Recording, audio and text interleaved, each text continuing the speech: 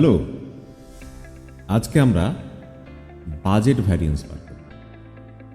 Budget variance মানে হচ্ছে একটা প্রতিষ্ঠানের যে কোনো খাতে যে পরিমাণ বাজেট আছে এবং যে অ্যাকচুয়াল খরচ আছে সেই দুটোর পার্থক্য করে যদি বাজেটের থেকে অ্যাকচুয়াল খরচ বেশি হয় তাহলে এটা আমাদের এক্সপেন্সেস ওভার, আর যদি কম হয় তাহলে ঠিক আছে, সমান হলেও ঠিক আছে।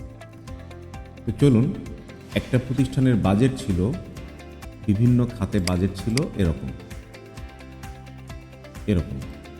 কিন্তু অ্যাকচুয়াল খরচটা এরকম। আমরা আগে ভ্যারিয়েন্সটা বার করি। ভ্যারিয়েন্সটা বার করার জন্যে এই দুটোর আমরা বিয়োগফল বার করি। আমরা ইকুয়াল টু সাইন দিয়ে আমরা লিখি এই সেলটা, দেন আমরা একটা এই সেলের থেকে মাইনাস সাইন দিয়ে আমরা অ্যাকচুয়ালটা কত আসলো এটা আমরা বার করি। তো ছিল ইলেকট্রিসিটি বিলের বাজেট ছিল 1000, হয়ে গেল 1200, তার মানে মাইনাস ফিগার, মানে 200 টাকা বেশি খরচ হয়েছে। এটার আমরা ডাটা ফিল করে ফেলি। এখন আমরা এখানে লিখব ইফ if এই সেল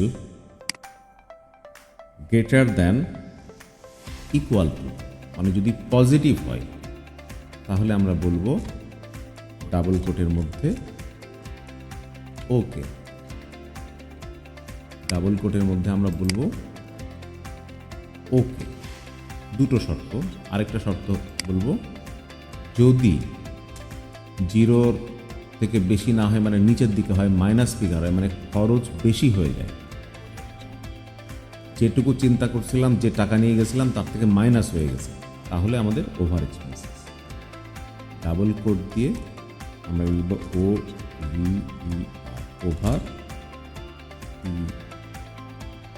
এক্সপেন্সিটি। এর সাথে আপনারা আরও অন্যান্য ডেকোরেটিভ টেক্সট জুড়ে দিতে পারেন। আমি জাস্ট ফর্মুলাটা বোঝানোর চেষ্টা করছি।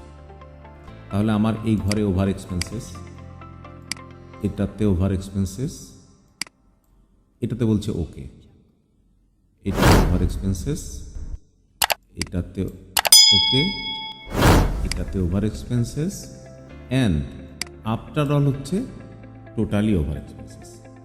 এক্ষেত্রে আমরা এই ওভার এক্সপেন্সেসের ক্ষেত্রে কী পরিমাণ ওভার এক্সপেন্সেস, এগুলো আমরা এখন শিখে ফেলছি। আমরা নিজেরা এগুলো সাজাতে পারবো যে এত টাকা ওভার এক্সপেন্সেস, মানে সেলের ভ্যালুটা দিয়ে দিলেই হয়ে যাবে। তো খুব সংক্ষেপে, খুব সহজে বাজেট ভ্যারিয়েন্সটা বুঝালাম। নিশ্চয়ই কারো বুঝতে অসুবিধা হয়নি। সকলকে ধন্যবাদ।